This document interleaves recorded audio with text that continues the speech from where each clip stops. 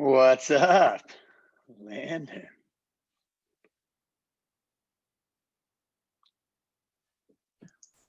How's it going, man? It's going good. What's up, Rich? And Chad, what's going on? what's going on, Aaron? Oh, just doing it. What's up, Paul? That's good old 19, I think he used to call me. All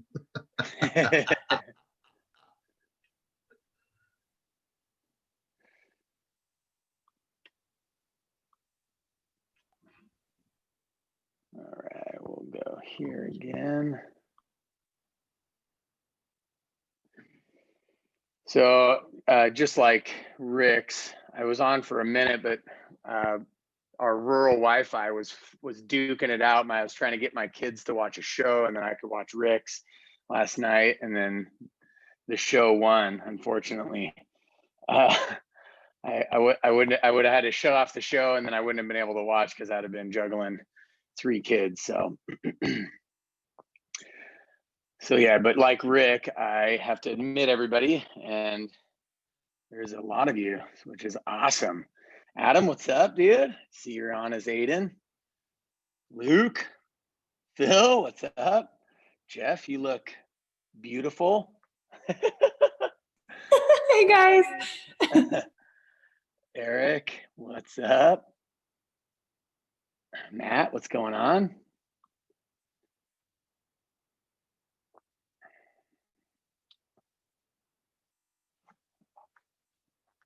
So super pumped. I'm just gonna keep admitting for a little bit. We'll get this kicked off in a couple of minutes.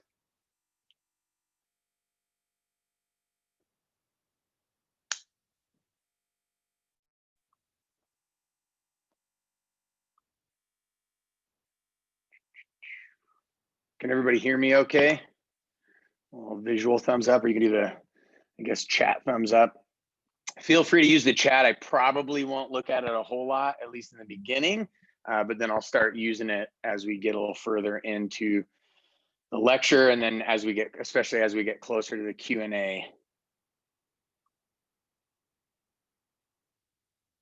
So still seeing people hop in the waiting room. So once that starts to die out, like when you're popping popcorn in the microwave and it's down to the last couple, we'll kick it off.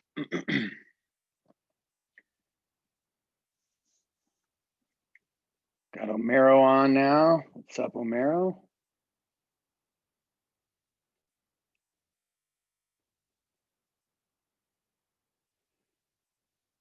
All right. We'll give it another 30 seconds and then we'll get started.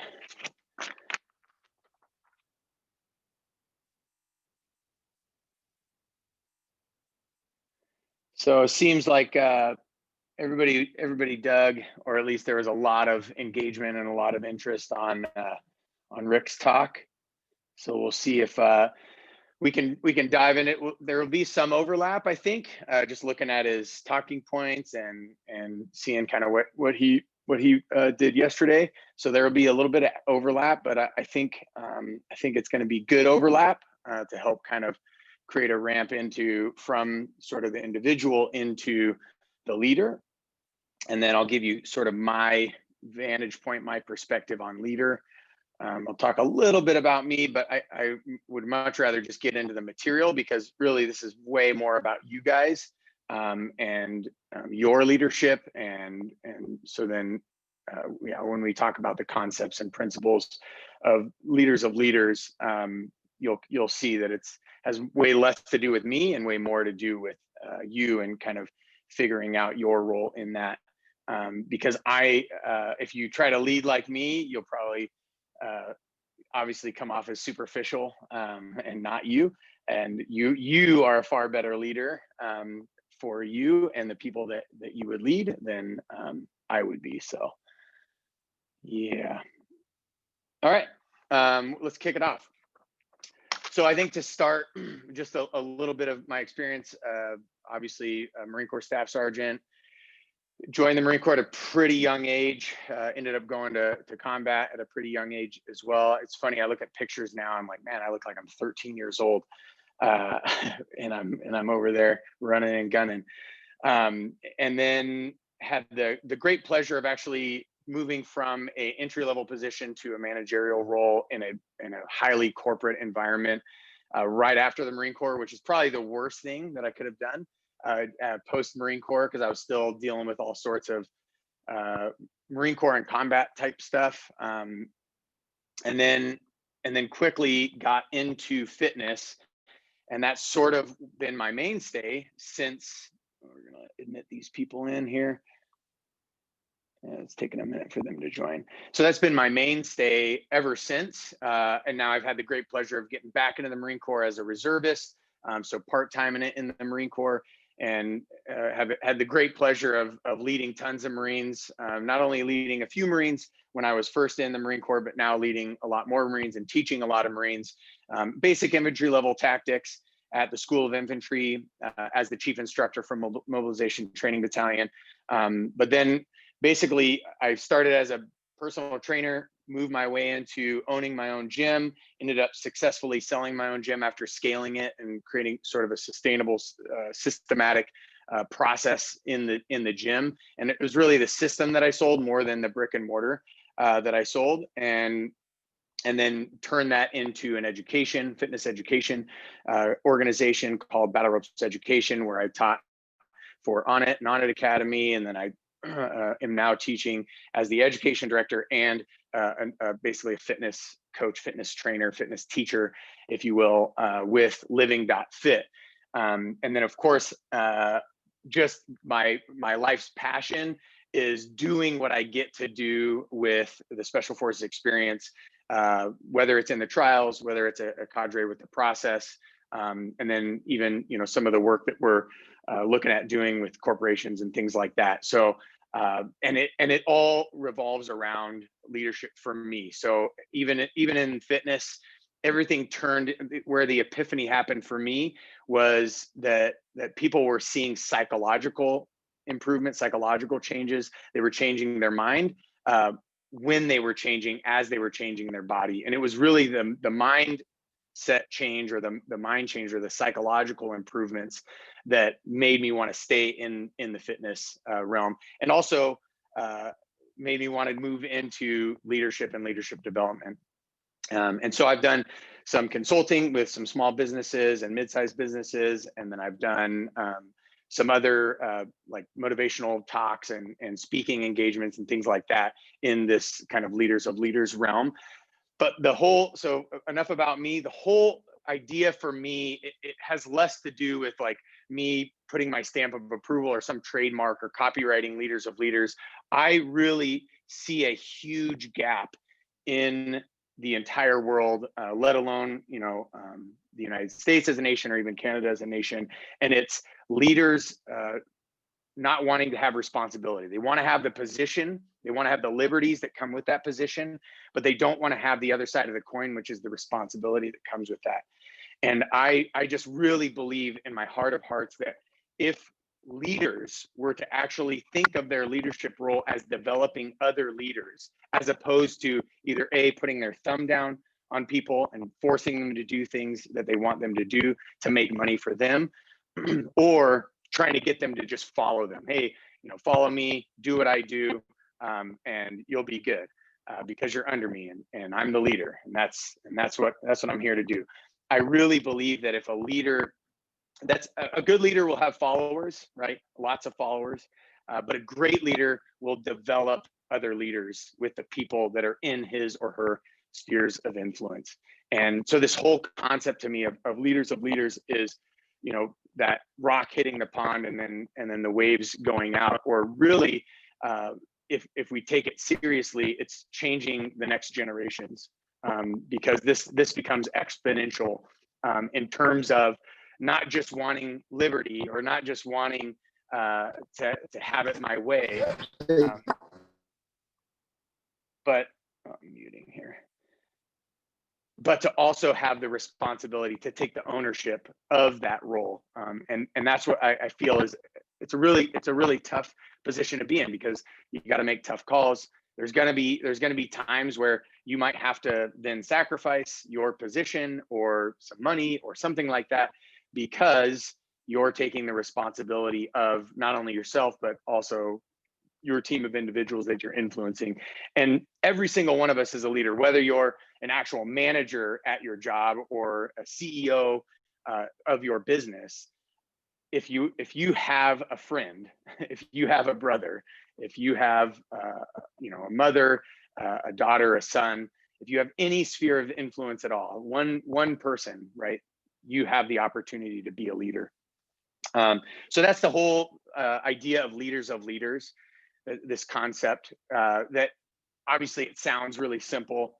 Yeah, just take responsibility and just lead. But then we all know that as we step into the world and step into our lives and dealing with other people, that it quickly becomes chaotic, confusing, difficult, challenging, all of those things.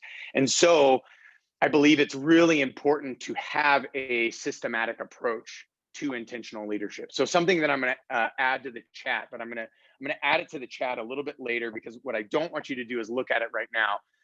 I want to be able to kind of talk through these concepts and have you visualize them the way you're gonna see them in your mind's eye, or hear them and interpret them the way you would interpret them with the way you hear it. And then I just want to give you a resource to kind of look at. So rest assured, you will get a resource after this, and then there will be some questions on that resource that are going to be directed at you that you can answer, or you can just kind of mull around and meditate on. And hopefully that will help you shape your path on how you can be a leader of leaders. And so the systematic approach to intentional leadership, the two keys there for me is systematic and intentional, right? If we don't have intention behind what it is that we're doing, chances are we're probably not going to do much. We still may happen some things, but it probably won't transpire, right? And then the systematic is trying to take something that's very large, very complex, and seemingly chaotic, and break it down into at least scalable chunks, if not, be able to put handles into it so that we can move it somewhere. And so for me, the systematic approach is based on belief. And so from one ethereal, abstract topic of leadership to another, belief, right? Just diving into the complex abyss of words. And then from belief, it's building out purpose. And then from purpose, it's setting up guiding values. And I know we talked a little bit about values yesterday. And then from values, it's being able to cast vision or being able to articulate something. And then from that point, now we can start walking it out in chaos. Or I think, I fear, it's less about walking it out in chaos. It's actually trying to walk it out, even though there's all this comfort. So we've set ourselves up for failure potentially, because we've created all these comfort and conveniences, which is what I love about this group of people right here. Clearly, you're not about that. Clearly, you're not about waking up and looking in the mirror and going, yeah, I'd like to live a life of mediocrity today. I would like to follow the path of least resistance. None of you have that. Otherwise, you wouldn't be here, right? If any of you did, because of obviously whether you've gone through the process or you've gone through the trials, or you've looked at the special forces experience, you wouldn't be attracted to it if you're trying to follow the path of least resistance. You wouldn't want a little bit more of that if you were trying to live a life of mediocrity, which is what I love about having you guys here. So let's dive into this super abstract topic of belief. And so forgive me, I am going to read a little bit here. And this isn't my normal self. I normally have a topic that I talk about, and then I can talk for hours on that topic, and I'm pretty verbose. So what I want to do is I want to respect your time and be able to get into the Q&A. So I'm gonna read a little bit here, a few things that I did sort of go off the cuff this morning and talk about, but then there's going to be some other references and things like that. So I believe that that belief is where faith and reason intertwine, or where faith and reason meet. And the reason why I say that is I can take an atheist secular point of view, and I could take a theist non-secular point of view, and show that this is happening in both of those realms, right? And so the first is, this is from the author from the book Belief, Mr. James E. Alcock, a really good book on the kind of the psychology of belief. And he says this, he goes, "We like to think that we consciously choose to believe one thing and not another. And while some beliefs are indeed based on a logical analysis of available information, most come into being without much awareness or consideration of actual evidence. They develop, often spontaneously and involuntarily, through a combination of a number of mental processes, many of which are non-conscious." And one of those examples would be like this table right here. I say this table is solid, but as I dive into the science behind this table, I realize the table is mainly space, right?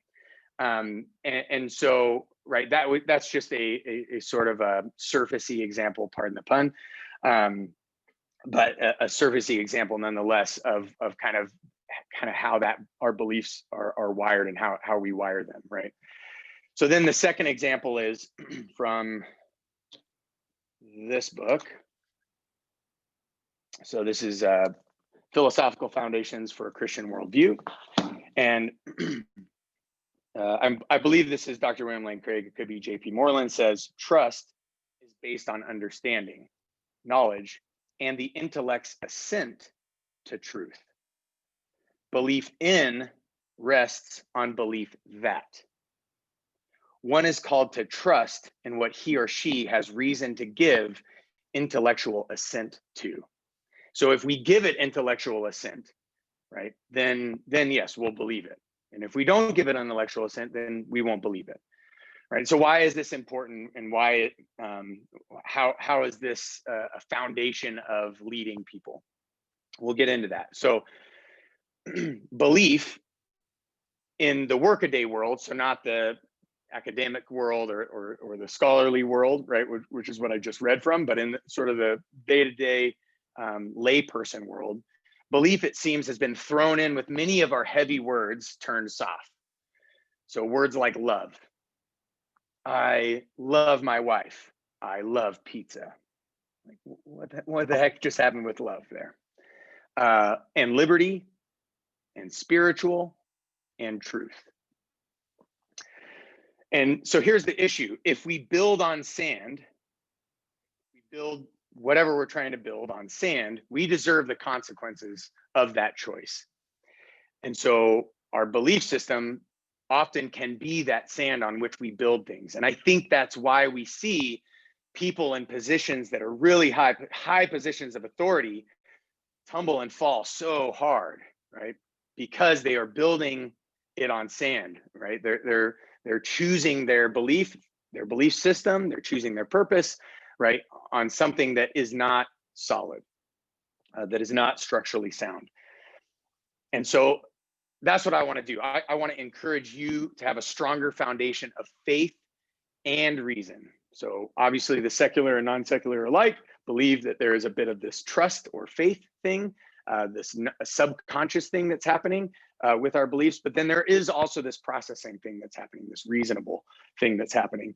So understanding your belief is sort of that beginning grounds of creating a belief system that you can actually stand on and lead from.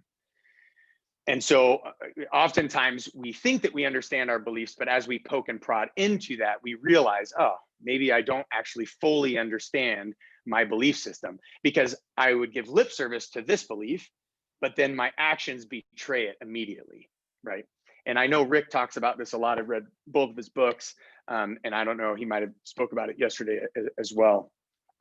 So some of us, probably not many of us here in this room, this virtual room, but some of us are blissful in our ignorance. Unfortunately, I was never given that gift, right? And I really sometimes do think it's a gift.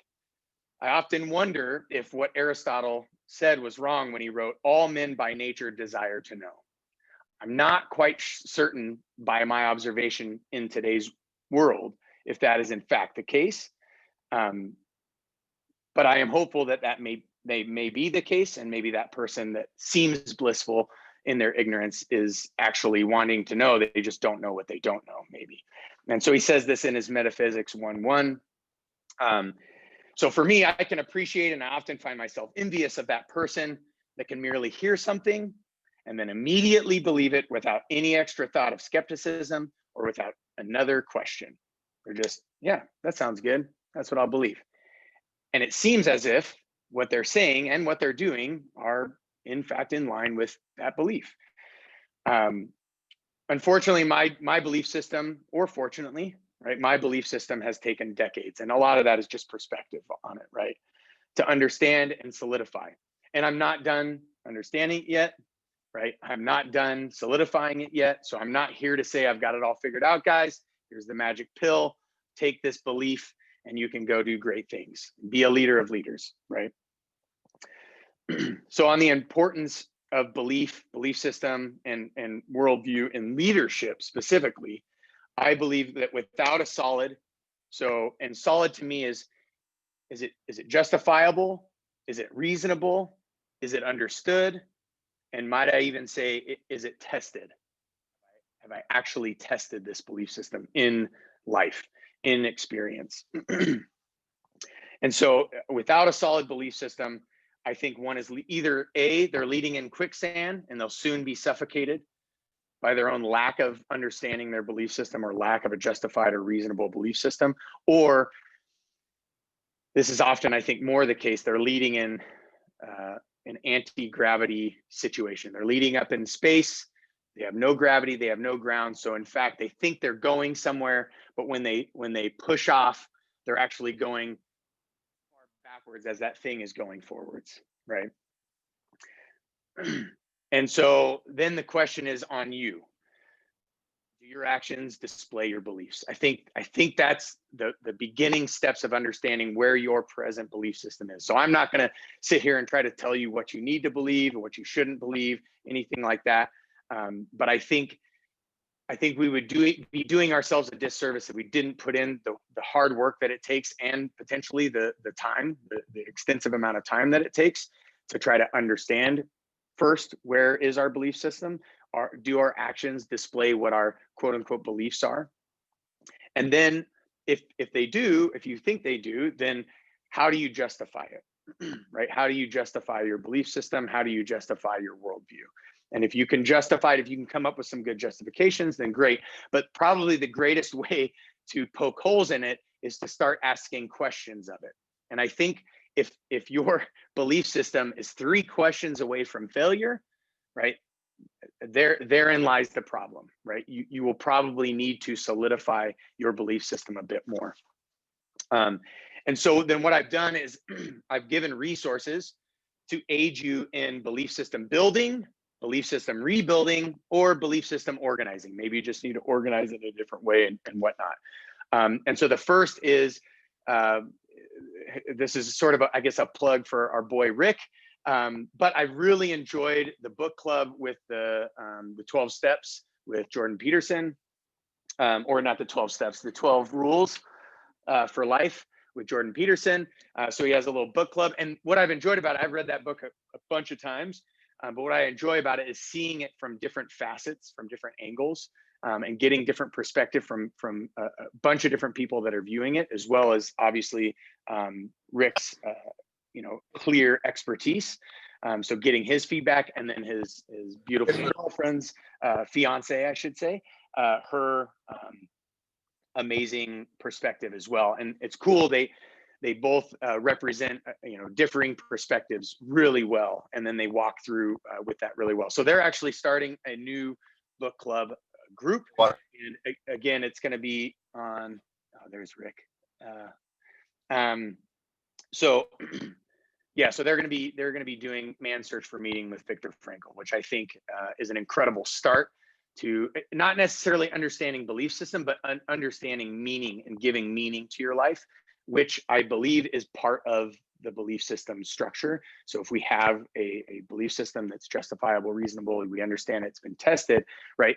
We will tend to have more meaning in our life because of that. And we will tend to be less fearful of things that we don't understand. And yeah, anyways, so there's a link in the notes that I'm going to add on to the chat at the end of this talk. Then I would suggest, if you've done that, or if you can't do that, or whatever the case might be, then I would really highly encourage you to get into the big questions of philosophy. And this is a great course. So it's on Audible as a great course, or you can get on great courses. And I think right now, because of quarantine and all the lockdowns and all that stuff, there's definitely deals on the great courses. And so again, it's the big questions of philosophy by David K. Johnson. You don't have to write it down. I'm going to send this to you so you will get it. And then if you're still like, I still don't know, because he talks about the great questions in philosophy, but he doesn't give you the answers. So you have to come up with your own answers, which is what I love about it. Then I would highly recommend reading two different ends of the perspective on belief, and they're both named Belief. And so one is by James E. Alcock, and then the other is by Francis S. Collins. And Francis S. Collins actually just did this conglomeration of a bunch of incredible philosophers and thinkers throughout the ages, where he collected their writings and put them all together in a sweet little volume to, again, give a bunch of different facets on this idea of faith and belief and reason and philosophy and all of that stuff. And then if you've done all of those things, if you exhausted all of those options, feel free to email me, aaron@aaronguyett.com. I would love to get on the phone with you, have a conversation about it, talk through email, talk through text, whatever it might be, to maybe help you get some ground in this whole thing that is belief. So from belief, so once we have this belief system, right, that we've kicked the tires on a little bit more, driven around a little bit, tested a little bit, understood at a deeper level.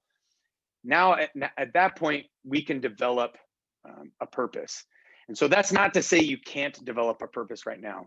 And I would be lying if I said I haven't developed different purposes throughout different seasons of my life, since I was a Marine all the way through for the last couple of decades, right? I've had purposes that I thought, man, this is my raison d'etre, right? My reason to be. This is why I exist. And then 3 years later, it's like a totally different purpose. But I do believe that that purpose, right, and writing it down and having a purpose can help test our belief system, can help test our leadership, can help test who we are and help us discover who we are. So that's not to say that purpose, 15 years ago was wrong. At that point in my life, it was the right purpose, which led me to the next purpose, which led me to my now purpose. And again, I'm not here to give you what my purpose is, what my values are, because I don't think that's going to do you any good. I think you need to do the difficult work to create your purpose, because otherwise you're doing my purpose in your life, and that's just not going to work. And so how do you know what your purpose is, right? And I would say it depends on your belief system. It depends on your worldview, right? If you don't have that, if you don't have gravity in the ground, we're not walking, guys. We're not moving in any direction. So you need to have that gravity in the ground in order to locomote, in order to get somewhere. And purpose is sort of the undying desire, or the reason why I would actually want to move somewhere. But then when I move somewhere, I need guides, because it's really easy to think that we're doing the right thing according to our purpose, according to our belief system, but be 5 degrees off. And 5 degrees off after 3 years is a hell of a lot of distance, right? That's really far off from where you should be. And so for me, the values keep me in line, keep me lined up with, okay, this is according to my purpose, according to what I believe, according to what I understand is my worldview, right? I'm heading in the right bearing still.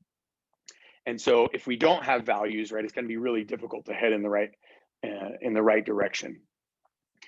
And so then that brings us to purpose. And so I would always suggest 3 to 5. You can come up with 28, but then it's really hard to see, it's really hard to get a bearing with 23, because now you're having to look at 23 different things that you need to line up perfectly, right? It's those value points that you just cannot live without, or that erupt out of your belief system and your purpose.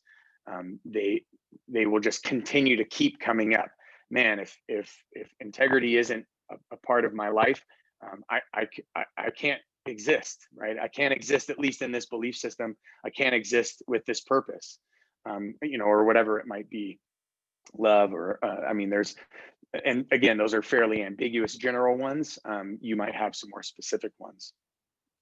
But then to me, where we start to have the rubber meet the road, and this is something you could do immediately. You don't have to have your belief system clarified, tried and true and tested.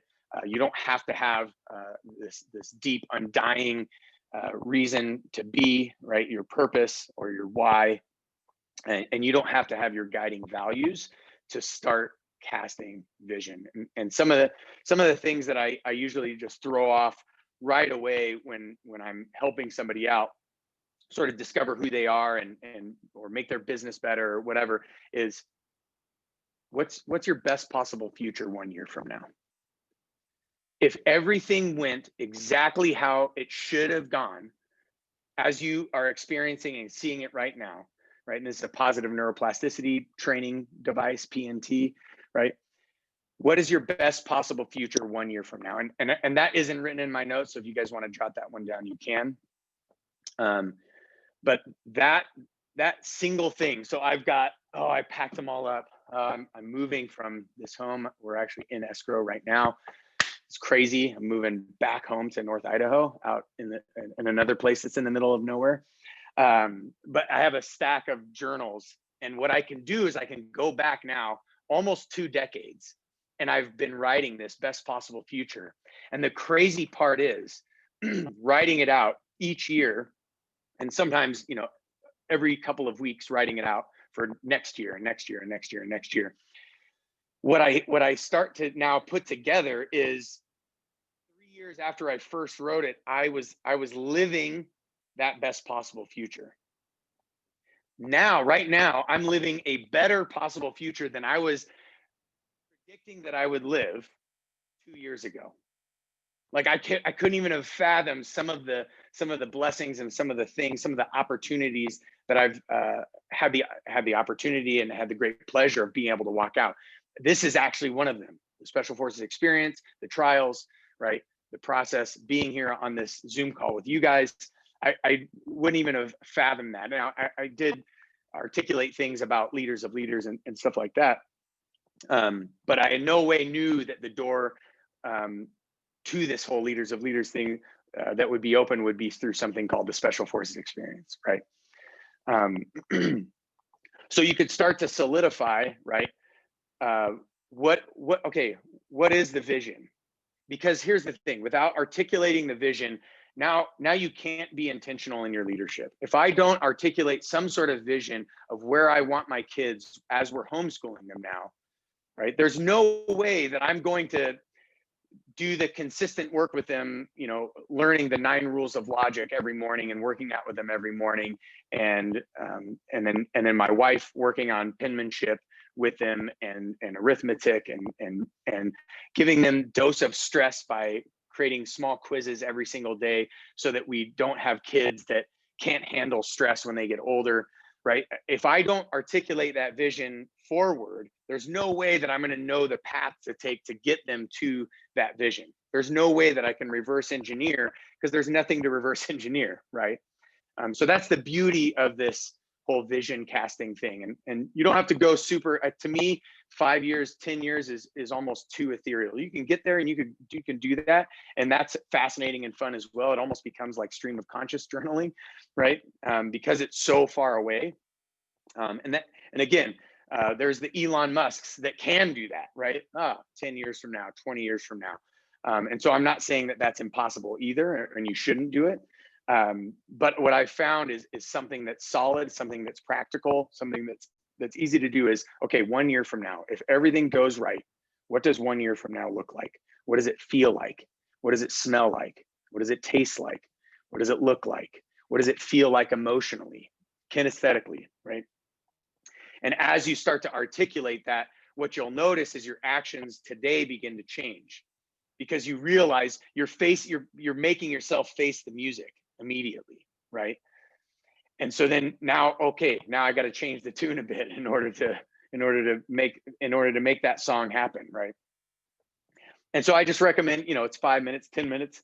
And if you could do it daily, right, where you're articulating it daily, especially if you have not done any articulation of your future vision, of your future self, of your future company, of your future, whatever it might be, of your future family, of your future, all of the things that you're leading, I would recommend, 5 to 10 minutes a day. And what you'll notice is you'll start to get more and more articulate. You'll start to be able to add in things that you would have never have thought to add in when you originally did it. And it's really a minimal amount of time, right? 5 to 10 minutes of journaling of your vision per day. You can even set a timer, boom, and then be done with it, put it away, and then get after your day. And then we come into the walking it out in chaos, right? So if you have a belief system, then I believe that it's justifiable, reasonable, understandable, right? Now you can actually intentionally take a systematic approach to intentionally leading the people around you to help develop themselves into leaders, right? If you have a purpose, right, you can, again, it's easier for you to do that. If you have values, it's easier for you to do that. If you have vision, it's even easier for you to do that. But walking it out, right, isn't always easy. Like every day for me isn't like, I try to be joy-filled every day, but I would be totally lying if there weren't days where I'm like, man, I'd much rather just sit down, pour myself a whiskey, and just say fuck everything and screw the world, right? Or there, days where I'm like, come on, kid, you got to do this stupid thing in order to do this stupid thing in our future, right? And obviously not being a good leader, and making mistakes and failing. But that is part of the fun. And for me, the more chaos that I experience, the more friction I experience, the more I realize, as long as I have a solid belief system, as long as I've solidified my purpose, as long as I have values, right, that are helping guide me, as long as the vision is cast, then the friction becomes the normal and natural resistance that we should feel, because we're changing paradigms. We're doing something completely different than what we were doing before, because what we were doing before here is not going to get us to where we want to be there, right? And so it's the normal resistance that you're going to feel, as opposed to, I haven't done any of those other things. I haven't done the requisite work and I'm feeling resistance. Well, that resistance is probably telling you that you're in the wrong spot, right? Because you're not doing anything and you're feeling resistance, right? And there's always going to be environmental, atmospherics, other individuals that are not going to play well with either A, who I am right now, even if I don't want to change, or B, more importantly, who I'm becoming, right? Because of my tiresome and long and hard and challenging, but very rewarding work of building a belief system that I can stand on, having a purpose that drives me, having values that guide me, right? Having vision that I can reverse engineer to help walk out those steps, right? And so to me, that is the crux, right? Those are the steps necessary to develop leaders and leaders. That is the systematic approach to intentional leadership. And obviously we can get into the minutia after that in terms of, sustainability or scalability or communication, right? Communication is like the next huge one, relationships, next huge one. But without this requisite work here, without the prerequisites, I should say, right, it would be pointless to get into that. So I'm going to stop running my suck, as is said, and open up the floor to questions. I know maybe that was drinking from a fire hose. Maybe you've heard it before. I don't know where you guys are at. It seems everybody stayed fairly engaged.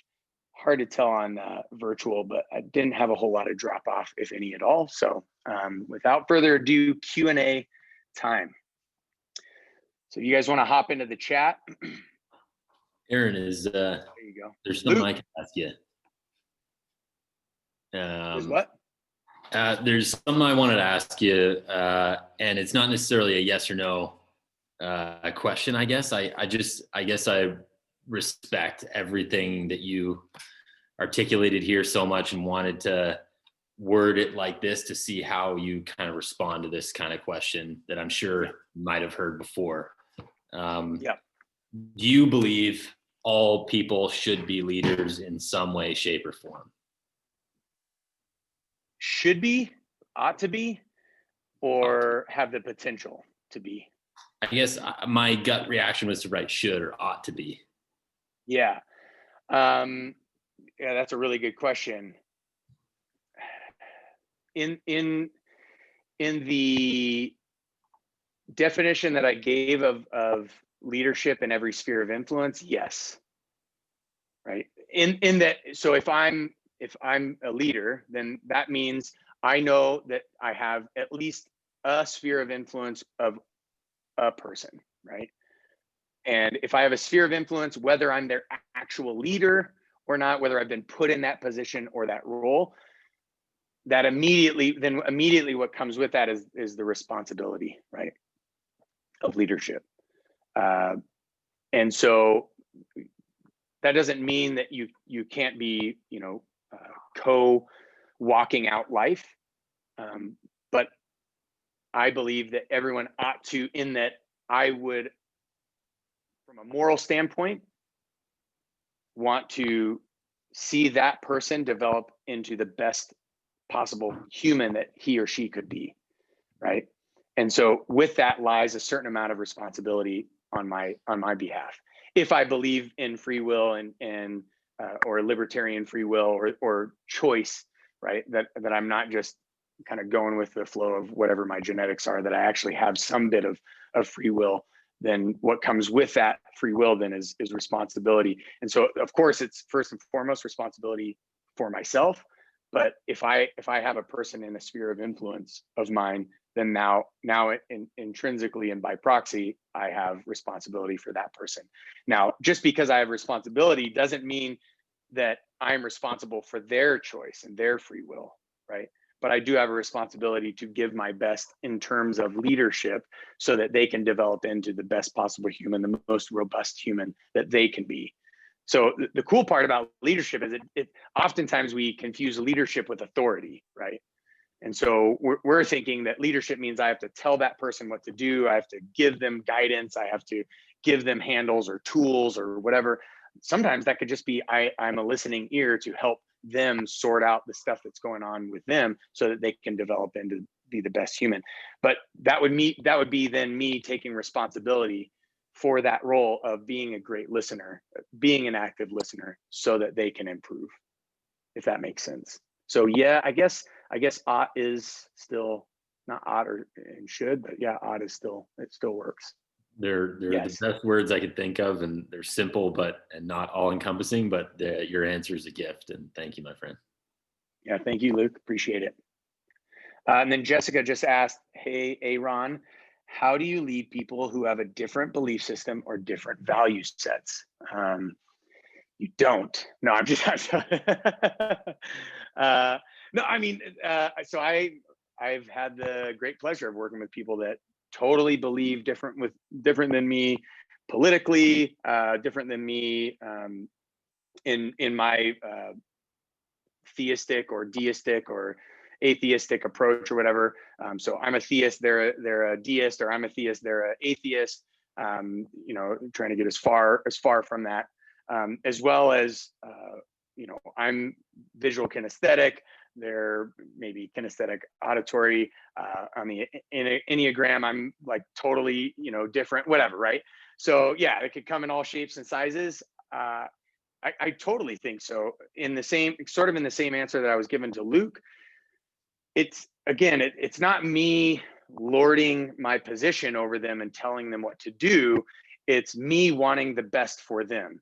So so if I believe differently, and if I believe my belief system is true, which I think we should, right?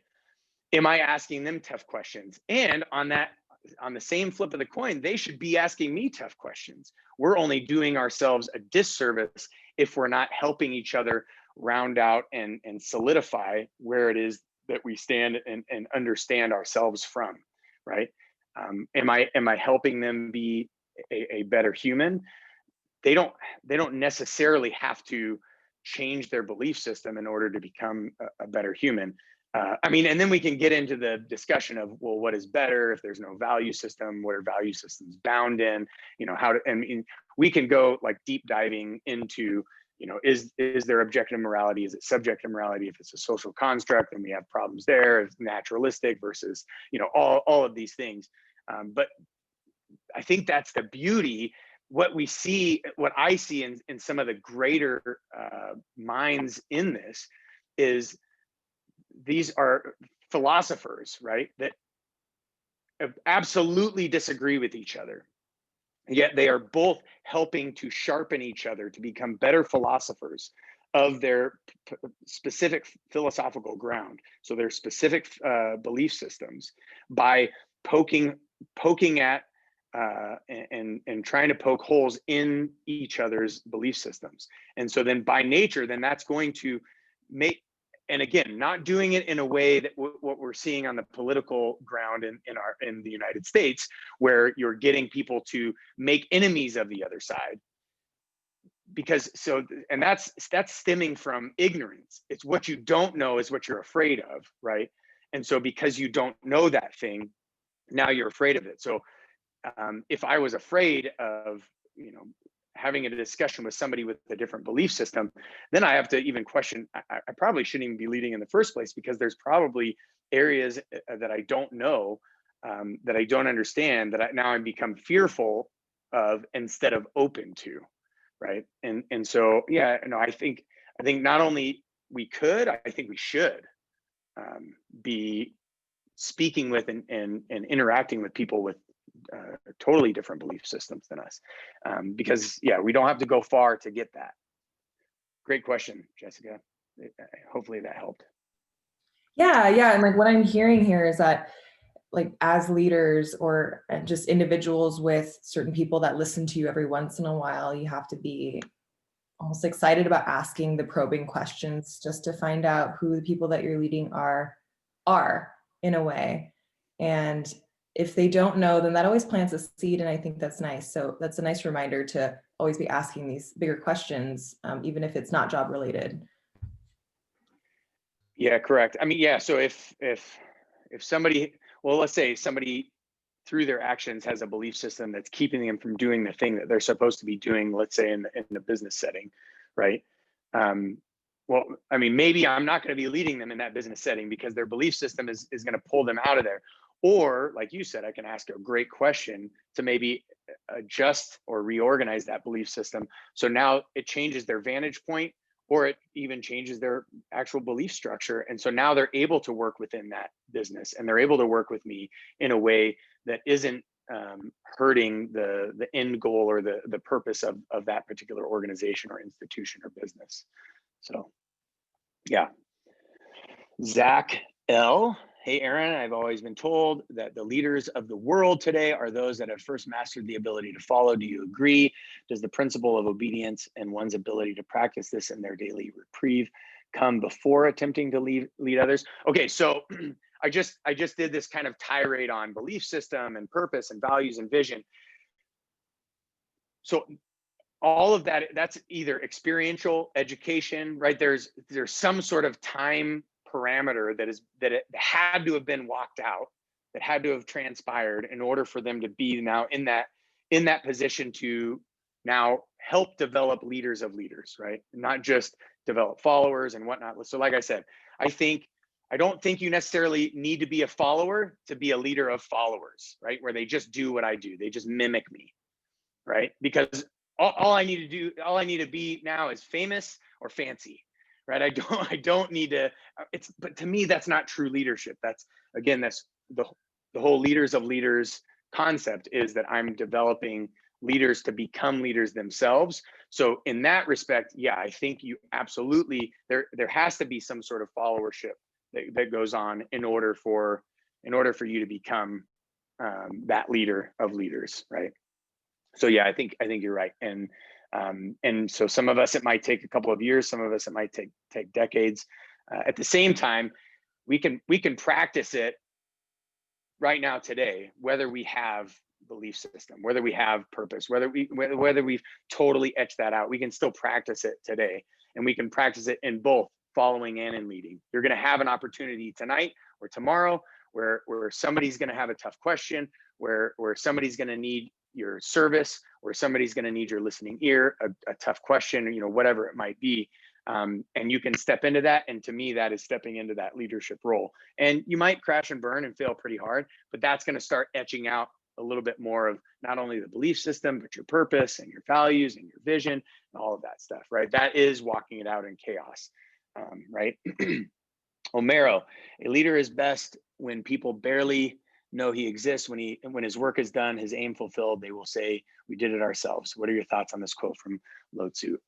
Yeah, absolutely incredible. 1000% agree. That's not to say that you can't be a famous leader, right? You can have impact and be known. I mean, this author would be a great example, right? His name is on a lot of pages of a lot of books. And he's still saying some profound things that can really help shape and develop leaders. But yeah, no, 100%. Obviously, again, the leader of followers, or we've all experienced these people. Maybe we are these people, or we've been these people, right? The micromanagers and things like that, where I'm basically just doing what the leader told me to do in exactly the way he is dictating in every moment and every minute. And man, that's tiresome, right? And it's not going to make me a leader. I'm just going to be like, okay, what do you say next, sir? What's the next thing that I need to do?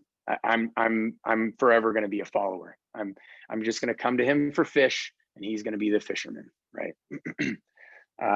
Eric, how do you feel about leaders not fraternizing with the led? Is that really necessary to have clear separation, avoid developing genuine friendship? And I would say it depends. A lot of that's context and culture, right? Context and culture is going to dictate that. Like, I know the Marine Corps is like really strict on that.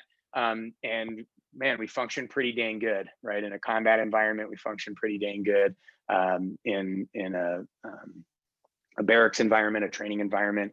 At the same time, I've been with organizations that are really flat, and I functioned really well there as well, and saw that leadership functioned really well there. And it was, hey bro, hey dude, hey man, and fraternization along the way. So yeah, a lot of that's culture and context. Yeah, and if you're in that culture and you're trying to change the culture, that's going to be harder to do than creating sort of that Lao Tzu invisible leadership position. Like, I'm not going to be able to change Marine Corps culture, right? As a Marine right now, I could change culture within a unit, right? And I have, but I'm not going to change the overarching Marine Corps culture. So I'm working within the confines of that culture and that context. And so situation's going to dictate. I know everybody hates that answer to situation dictates, right? All right. Leaders who try to lead those with different value systems is impossible without the leader becoming an authoritarian, which leads to toxic environment for the entire team or community, as history has taught us. Do a slight disagreement with that. If the authoritarian needs their people to do it their way, right? And so, yeah, thinking about communist regimes or like kings, right, in the medieval times, or even tribes. I'm not going to be able to lead this other tribe because their belief system is totally different than mine, if I'm trying to lead them with the same belief system. But if we look at Genghis Khan, now he still killed 30% of the world's population, so take it with a grain of salt. However, he was able to intermix tribes, different belief systems under his empire, And so history teaches a bit of a different lesson there. That doesn't mean that he wasn't an authoritarian and didn't, obviously kill a massive amount of people to get to that point. And he probably did a lot of fear-based leading, which I'm abhorrently against as well. Yes, I would agree, but only to an extent. I think if the leader is open to, and the great experiment of the United States, I believe is a shining example of this. Peoples of all different walks of life, all different creeds. And in the beginning, it was far less differences in creeds, even though it was still differences in creeds, but it was still seemingly and mainly sort of this monotheistic sort of creed. Now it's polytheistic, pantheistic, atheistic, monotheistic, and it is still happening. Now we can say, oh, it's super divisive, and oh, there's all these, it's wrought with problems and whatever. And that has been the friction throughout entire history. The thing is, the United States has still remained united. It is still doing really well. And there, obviously we can pick apart all the things that they're doing bad as well. But if we do a comparative study, and if we do a historical study, the quality of life is literally light years different than just not very far off history 200 years from now. And I would highly recommend the book Factfulness to get a bird's eye view of that context. Paul W. Hey, Aaron, managing a crew of 30 to 40 people on a daily basis and having to provide a leadership perspective and wanting to look after them. How do you find ways to maybe help them improve their beliefs, not mirroring your own, but what would hold value to them, yet at the end of the day, not beating your head against the wall on a daily? Yeah, and so I think my best approach in this was one, creating a comfortable environment by communicating, and if not over communicating, what the organization is about. So if they understand the whys and the requisite hows, the hows that you have to have in place. Now, there's going to be hows that are going to come about from people figuring out better ways of getting things done, hopefully, right? That's the thought, right? But as long as that that sort of mission and that purpose and that organization's values are being over communicated on a daily basis, then what I was able to do was help them through, and I just used positive neuroplasticity training. I didn't force them to believe what I believe. I didn't tell them that what they believed was wrong, even if they believed different than I did. Now, in terms of, when I was running a fitness gym, it's like, well, there's research-based stuff, and then there's just fringe things that may or may not be true. So like when it came to research-based stuff that was like tried, true, and tested by people that were way smarter than me way longer ago, it's like, no, these are the principles that we're going to adhere to, right, in the science piece here. This is our business's purpose. This is our business's value. This is what our mission is. This is what or our big, hairy, audacious goal, whatever way in which you put that.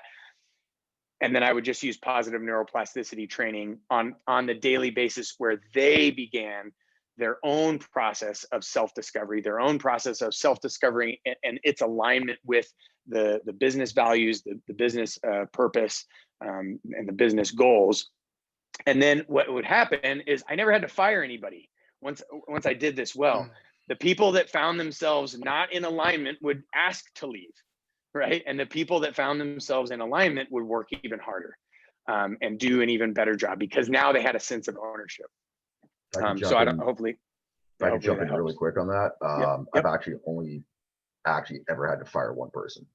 Anybody who has left our company has done by their own choice. So, but yeah, it's just trying to look after my crew and that, and that's some really good points that you're bringing up. So, yeah, and that was sort of my tool. Jim, I'll ask you to unmute. I see your hands up there.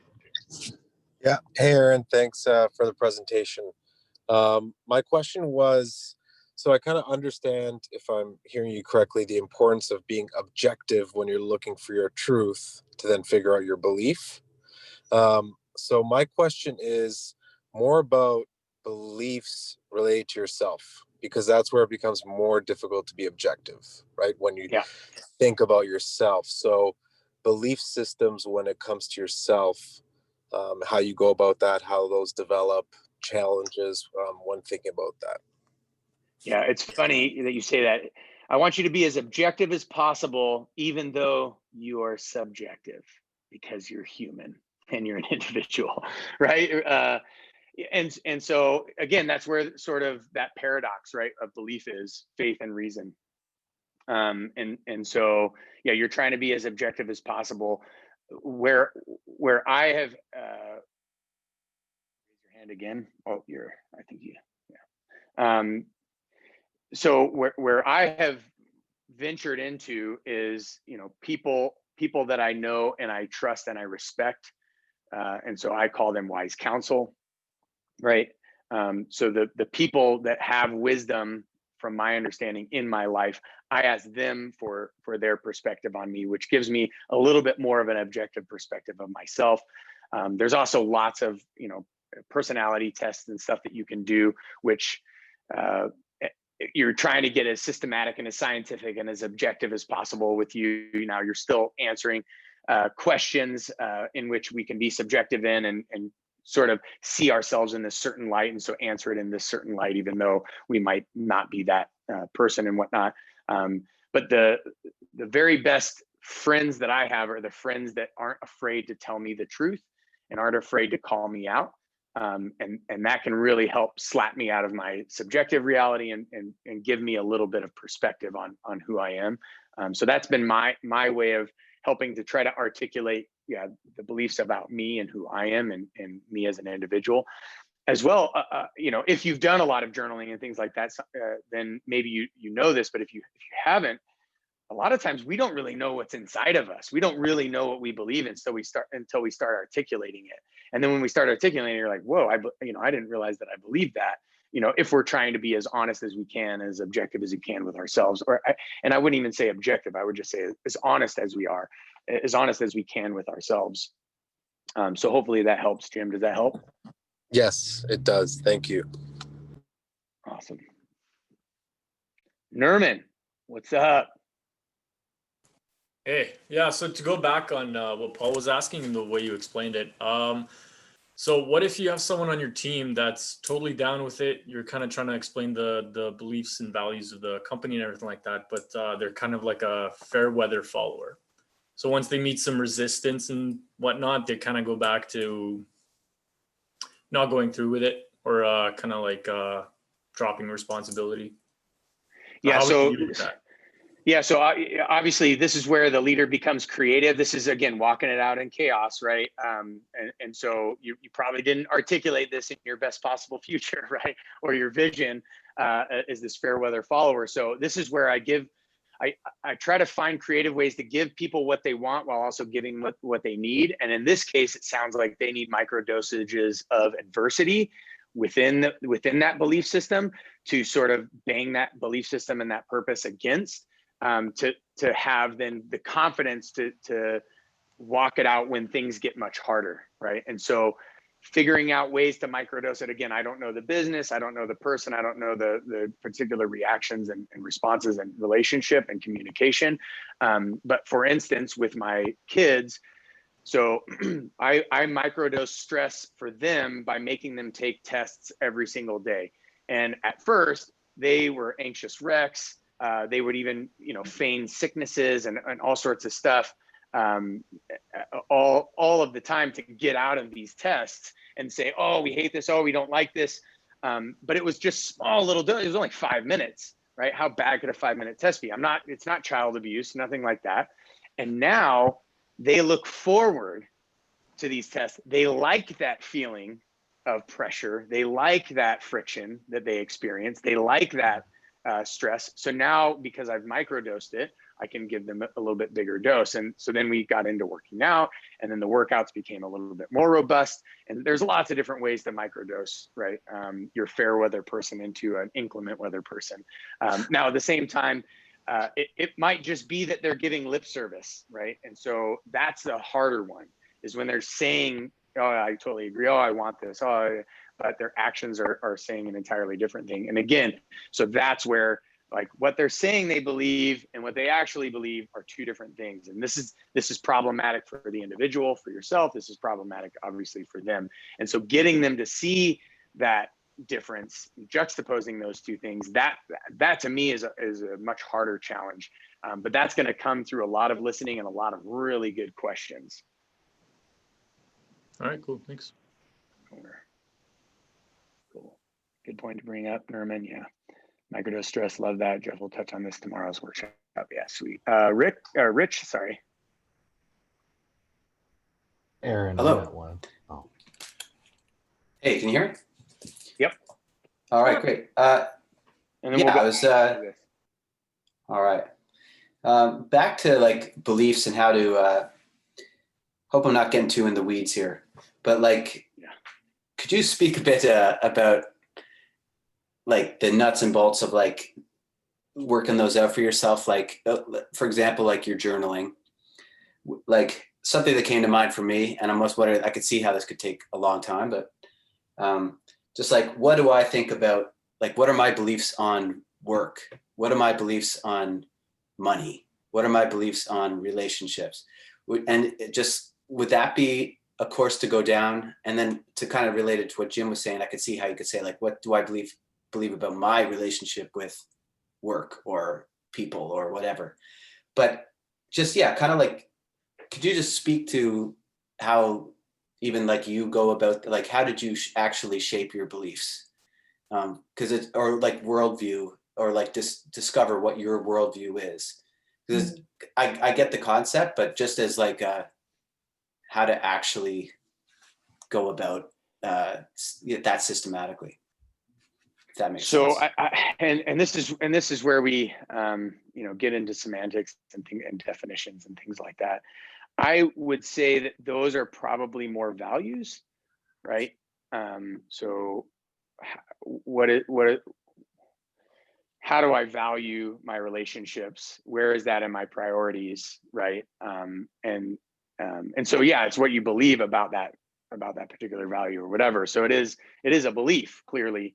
But it's when I'm saying belief and belief system, these are sort of the core beliefs, or the big chunks that establish our worldview, from which we can then start to define, are relationships important or are they not important? Is work more important than relationships? We can start to create a priority because we actually have a landscape from which we can see things as higher on our priorities or lower on our priorities. But again, yeah, you're absolutely getting into the weeds, and I really think that Man's Search for Meaning and Viktor Frankl's talk through that will help to articulate it through really incredible narrative, to give you perspective on, and I think meaning is a really important part of belief, which can then say whether relationship is important or not, and then which relationship is more important and not, and is work important or not. Not to say that they're not going to be somewhere on that web or somewhere on that landscape or that worldview of belief system, but yeah, it does definitely jump into the weeds a little bit more, and unfortunately, then we're getting into semantics and we're getting into definitions and stuff like that. And so, yes, a lot of this can adjust per your definition of what you believe a belief is, what you believe a value is, what you believe a purpose is. I try to stay away from that by trying to just wave top the main structure. But inevitably you will have to travel into the weeds to clarify and articulate your belief system. And I really do believe that understanding logic, understanding analytical philosophy, understanding even experiential philosophy, understanding basics of philosophy, I think that can really help in that process, which is why I recommended the books and the audios and whatnot that I recommended. And then that can help kind of shape the lay of the land a bit, which now you can then start to delve into those particulars of work and relationship and schedule and stuff like that. Because for me, actually, that stuff comes later. after all of this work is done. Cool, thanks. Yeah, thank you, Rich. Adam. Hey, buddy. What's up? I wanted to go back to the leadership and what the other guys were saying. I mean, you know me and my situation, but my question is what kind of steps or how do you deal with situations in which your leadership kind of revolves on the support of other leaders or other management kind of backing your play, and that's kind of off kilter a little bit. So like your leadership is being affected because you don't have the support from upper management when you're stuck in the middle, something like that. Like what kind of steps could you do to mitigate that in your leadership role? Yeah, and being able to leave is an incredible leverage point, right? if you're able to say deuces and then go somewhere else, Right. that's an incredible leverage point to try to, if they see you as an important piece in the organization.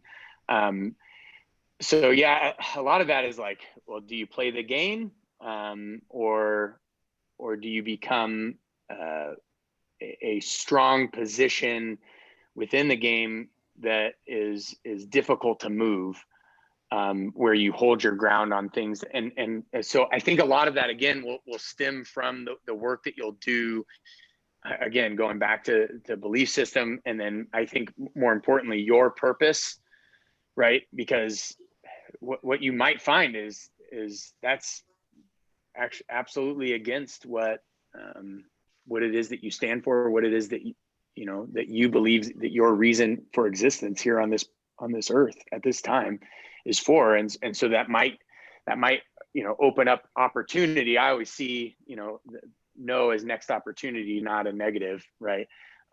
It might open another opportunity. At the same time, having crucial conversations, right, and asking the tough questions.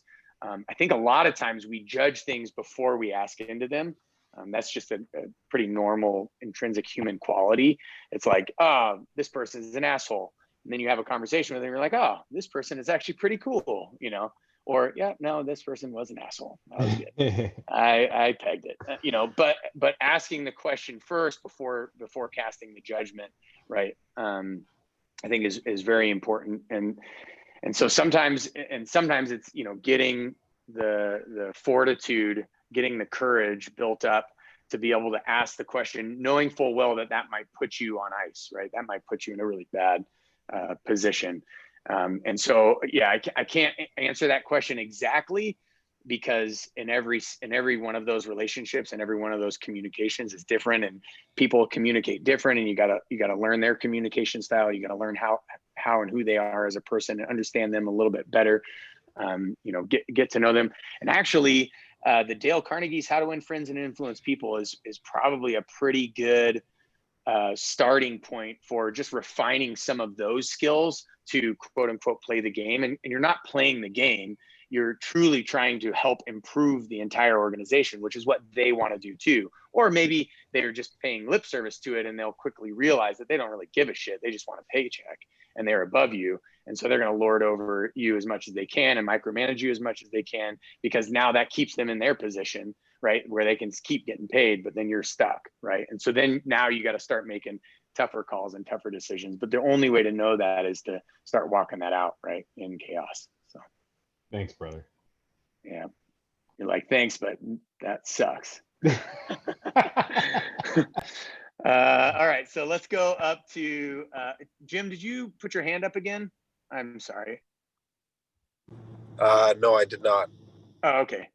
All right. So you guys can lower your hands, I think, once they're up, because they won't lower on their own, I don't think. So Chad, Aaron, we had a work site of 450 people on site at a time, so many different beliefs and values. What we did was tie the company's targets into bonus system to help align the beliefs and the values. Yeah, 100%. With tiering on bonus amounts based on level of influence within that company and also tied into performance. Amazing. What are your thoughts on companies doing this? it did work well for us. No, 100%. That's exactly what I did as well. That was the systematic approach that we took in the gym. That was the system that I sold more than the brick and mortar. Yeah, 100%. So this is my like undying thought in today's world. We are way too intelligent as human beings to not be able to figure out a win-win-win. Too often we are so quick to think that everything is a zero-sum game because we played sports, or because we got bullied in high school, or because we were the bully in high school. So everything for us is a zero-sum game. You're seeing it play out in United States politics, you know, and to me, that is fucking ridiculous. That is using the smallest bit of brain power that we have. The human is way too smart to not figure out a way to come up with a win-win-win, kind of like Chad has articulated here. And the same thing that we created at Innovative Results. You know, how do you, understanding that people are coming from all different walks of life, all different belief systems, all different personal values, personal belief systems, and I'm not talking corporate, right? But then also intrinsically with that, they're going to have their ideas of how the business should run and how it should be better, and you know, all of those things. But when you start tying in your company's purpose, your company's values, with that systematic approach to their performance, their ability to improve their, you know, leaders underneath them and get them to either go above them or help raise their ship, or, you know, however that works, you know, tying it to performance, and also tying it to the company's beliefs, the company's values, and how we do what we do and why we do it. Yeah, 100%. We're way too smart to not come up with a win-win-win, but too often we just regrettably think zero-sum game and do it the way I you know, said to do it because I said so, or because I'm in the position to say so. Do you think there are universal values, beliefs that should be held by everyone, as we are all human and our existence is relatively similar apart from cultures, locations, etc.? Yes, I do. That's where we'll end. But yes, I do. I'm not, again, because I don't want to, my purpose on this was not to give you, this is what I believe and this is why I believe it. My purpose here is to ignite a fire for you to want to find an answer to that question, right? But yes, I do believe that there are some universal, you know, well, I'll just say, I believe in objective morality. I do not believe morality is a social construct that came through evolution of our species in a naturalistic framework, because the key components of naturalism are randomness and chance. And so if randomness and chance are the undergirding foundation of morality, then morality doesn't truly exist. It's just something we pay lip service to. And so that's a good one without trying to tell you exactly what I believe. Does that help, Leo? Good, Aaron.